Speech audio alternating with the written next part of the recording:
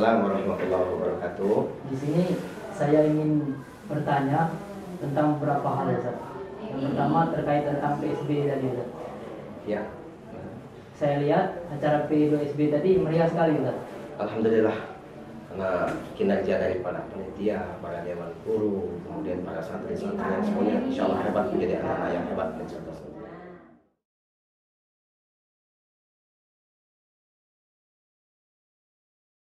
Berhubung saya di sini kebetulan datang dan pas sekali acara tadi, Ustaz.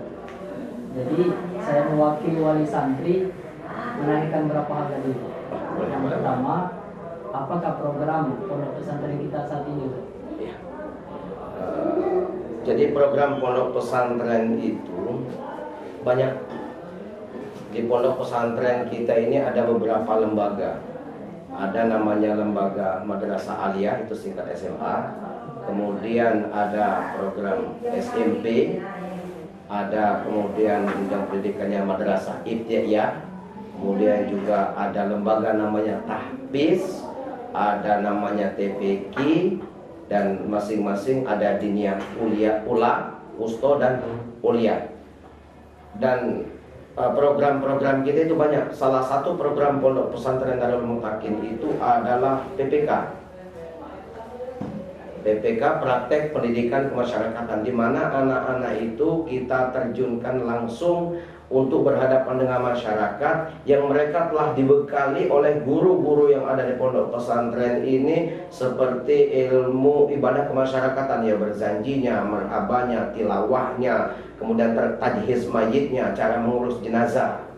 Dan kemudian masih banyak lagi yang berkaitan dengan ibadah-ibadah kemasyarakatan yang saat ini hampir-hampir ibadah kemasyarakatan ini tidak banyak lagi masyarakat yang paham. Maka di pondok pesantren kita akan membangun kembali bagaimana anggaplah kebiasaan-kebiasaan yang sudah hampir dilupakan oleh kebanyakan masyarakat sekarang ini, seperti mimpin tahlil, azan, kemudian khutbah. Itu diajarkan semua di pondok pesantren kita ini.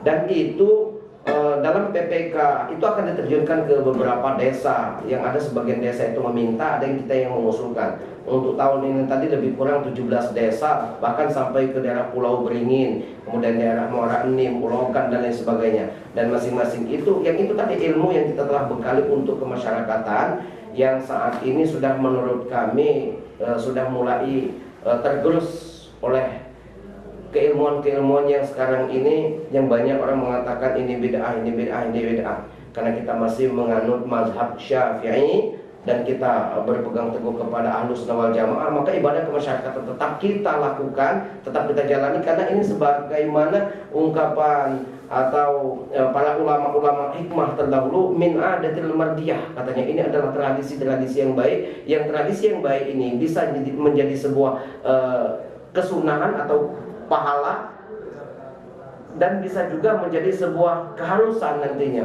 Karena mengapa banyak orang-orang tidak paham itu di saat seperti ini. Nah, dan itu adalah salah satu program pada pondok pesantren Darul Mutakin sendiri. Nah, terima kasih. Kira-kira itu seperti itu. Gimana Pak? Di sini juga positif ada keuntungannya, Ustaz. Ya. Jadi apakah keuntungan kita menyekolahkan anak di pondok pesantren? Oh, ya. Keuntungan kita sebenarnya keuntungan secara garis besar, keuntungan kita menyekolahkan anak-anak pondok pesantren itu garis besarnya ada dua, tidak lepas daripada dua. Pertama, dari keuntungan sisi duniawi. Anak-anak pesantren saat ini sudah begitu banyak dilirik oleh para pemerintah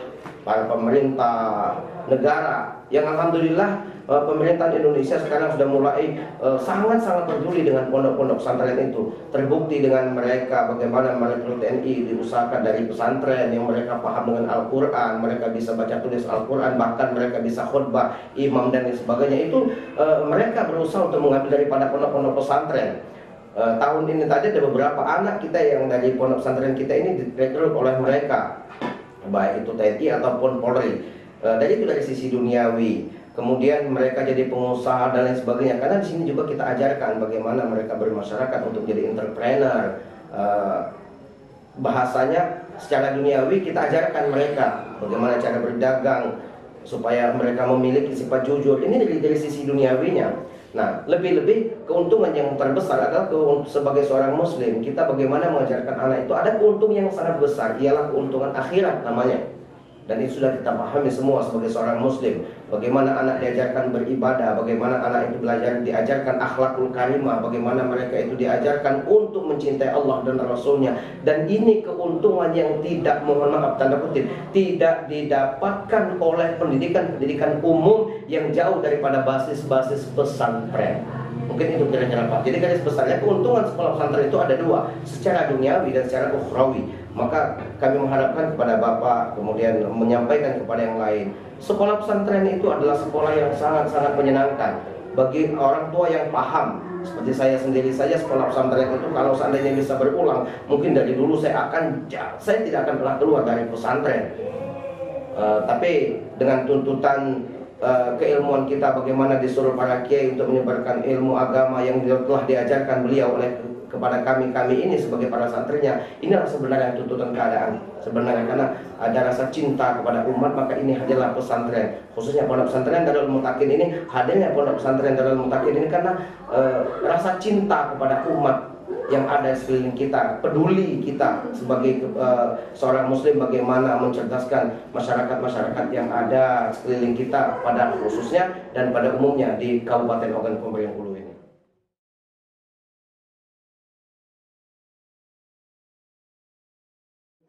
Di sini ada pengertian pondok pesantren itu secara umum, Ustaz. Ya. Jadi apakah pengertian pondok pesantren itu menurut kita? Ya. Bukan menurut kita, menurut saya ya. Jadi bukan juga menurut saya, tapi secara umum pondok pesantren itu kalau kita melihat asalnya, bahasanya itu cuma ada di Indonesia. Pondok pesantren itu, saya alhamdulillah Tuhan anugerahkan beberapa negara saya sambangi, saya datangi, negara-negara Asia termasuk Malaysia, Thailand, kemudian Filipina, Singapura dan lain-lain negara. Ada beberapa negara yang saya tidak sebutkan satu persatu. Termasuk saya tanya juga dengan beberapa negara di Timur Tengah, bosnya pondok pesantren tidak ada. Mereka yang ada adalah tarbiyatul Islam, pendidikan Islam. Jadi pondok pesantren itu sebenarnya adalah lembaga pendidikan ciri khas Indonesia, yang kalau dahulu diprakarsai oleh Kanjeng Sunan Bonang atau Raden Bagdum Ibrahim. Beliau ini yang mendirikan pondok pesantren pertama kali. Nah, makanya kalau melihat dari istilah pondok pesantren itu, bahwasanya disebut dengan pondok pesantren itu memiliki 3 hal komponen yang wajib. Pertama, pondok itu adalah tempat menginap, tempat mereka menginap, para santri menginap. Jadi kalau pondok pesantren tapi mereka pulang pergi, sebenarnya ini bukan pondok pesantren, tapi ini namanya boarding school kalau misalnya sekarang ya. Tidak beda dengan, ya mohon maaf, sekolah di Thailand ada Nyawana Darusha, itu ribuan santrinya, tapi mereka bukan pondok pesantren, tapi mereka pulang pergi. Mereka jam 7.30 sudah di tempat sekolah, kemudian jam 5 sore, jam 4 sore mereka sudah pulang. Nah, seperti itu. Jadi mereka bukan pondok pesantren. Yang namanya pondok pesantren itu adalah tempat menginap. Jadi mereka tempat menginap, kalau sekarang mungkin asrama karena tuntutan keadaan. Nah, kemudian pesan adalah sebuah pesan atau sebuah keilmuan yang disampaikan oleh seorang kiai, atau di lembaga tersebut ada 3 pesan sebenarnya yang harus disampaikan kepada para peserta didik itu. Nah, disinilah pesan itu adalah pesan tauhid. Makanya kalau Bapak nanti sampai ke kampung misalnya, berbicara dengan masyarakat, mereka punya pondok pesantren, tapi mereka tidak ada kajian tauhidnya atau kitab tauhidnya. Ini dipertanyakan, ini pondok pesantren seperti apa? Karena pondok pesantren itu wajib ada pelajaran tauhidnya. Karena ini pesan yang harus disampaikan kepada santri. Mereka mungkin mereka disampaikan pesan tauhid, yang ini juga diajarkan oleh Kanjeng Nabi. Allah langsung Allah mengajarkan juga kepada para nabi dan rasul pesan tauhid. Yang kedua, ada yang namanya pesan syariat.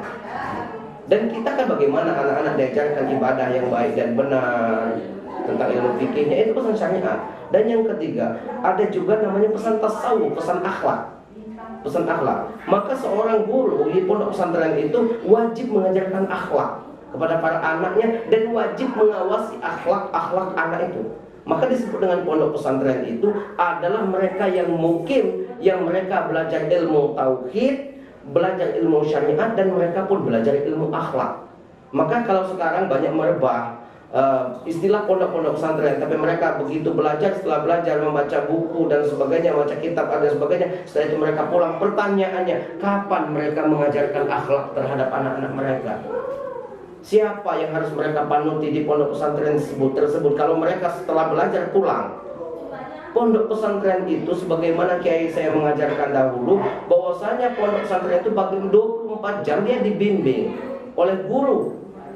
Karena mereka hidup bersama guru, jadi akhlak-akhlak guru itu akan tercermin kepada para santri-santrinya. Maka sebenarnya pondok pesantren itu, pengertian pondok pesantren itu adalah di mana tempat mereka belajar, yang mereka 24 jam di sana, yang mereka belajar tauhid, fikih, dan akhlak.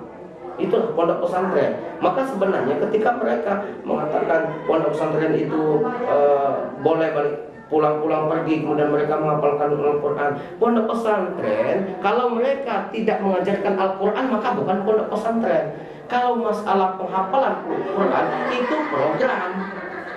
itu program, artinya tidak masuk kepada kategori pondok pesantren. Karena setiap pondok pesantren itu wajib mengajarkan Al-Quran, wajib mengajarkan hadis, wajib mengajarkan fikih, dan wajib juga mengajarkan akhlak.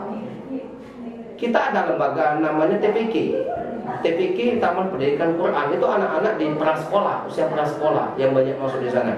Kemudian kita juga ada namanya program tahfiz. Anak-anak yang mungkin di sini kita ajarkan juga mereka tahfiz. Maka ada beberapa anak yang tahun lalu 30 juz, tahun ini ada 10 juz, ada 9 juz, ada 4 juz, ada 2 juz. Dan itu menurut Pondok Pesantren Darul Mutakin, ini bukan sebuah keistimewaan. Karena mereka cuma sekedar menghafal. Pertanyaannya, kapan mereka mengamalkan Al-Quran itu, dan kapan mereka melaksanakan akhlak Al-Quran itu?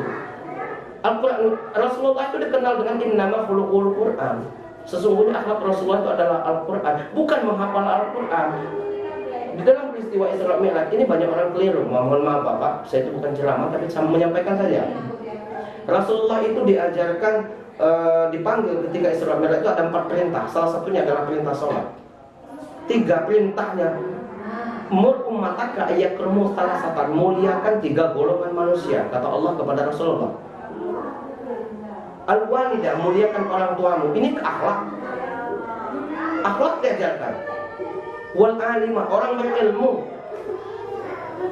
Dan 2 orang ini diajarkan kepada memuliakan ibu, diajarkan memuliakan wal alimah, orang yang berilmu. Itu kapan? Kalau dia tidak mungkin di pondok pesantren. Dan yang ketiga, wahamilil Quran, dan orang yang hamil Al-Quran. Orang yang hamil Al-Quran itu bukan yang hafal secara lisan, tapi mereka bagaimana mengaplikasikan hafalan Al-Quran untuk menjadi kegiatan mereka kehidupan sehari-hari. Nah, inilah fungsi dari pondok pesantren itu. Jadi pondok pesantren memang sudah banyak masyarakat meminta, bagaimana Ustaz kalau pondok pesantren itu anak-anak kita buat pulang pergi saja. Tidak bisa, saya jawab. Karena pondok pesantren itu wajib mukim, kecuali dia masih setara SD. Karena kita ada MI namanya, Madrasah Hidayah. Itu boleh, karena terkait dengan lebih banyak kesulitannya ketika mereka di usia SD mungkin sama kita. Apalagi mereka kelas 1 SD atau apalagi TPQ. Nah, kira-kira seperti itu Pak. Jadi pondok pesantren itu adalah pondok pesantren yang disebut dengan pondok pesantren itu adalah lembaga yang mengingatkan santrinya dan belajar 3 macam ilmu yang saya sebutkan tadi, serta mereka tidak lupa bagaimana interaksi mengamalkan Al-Quran dalam kehidupannya. Itulah pondok pesantren itu Pak. Mungkin itu saja Ustaz yang dapat saya tanyakan. Ya. Terima kasih waktunya. Ya, Assalamualaikum warahmatullahi wabarakatuh. Waalaikumsalam. Sampaikan salam Pak dengan keluarga-keluarga yang ada di kampung, terutama dengan orang tua. Semoga saja anaknya nanti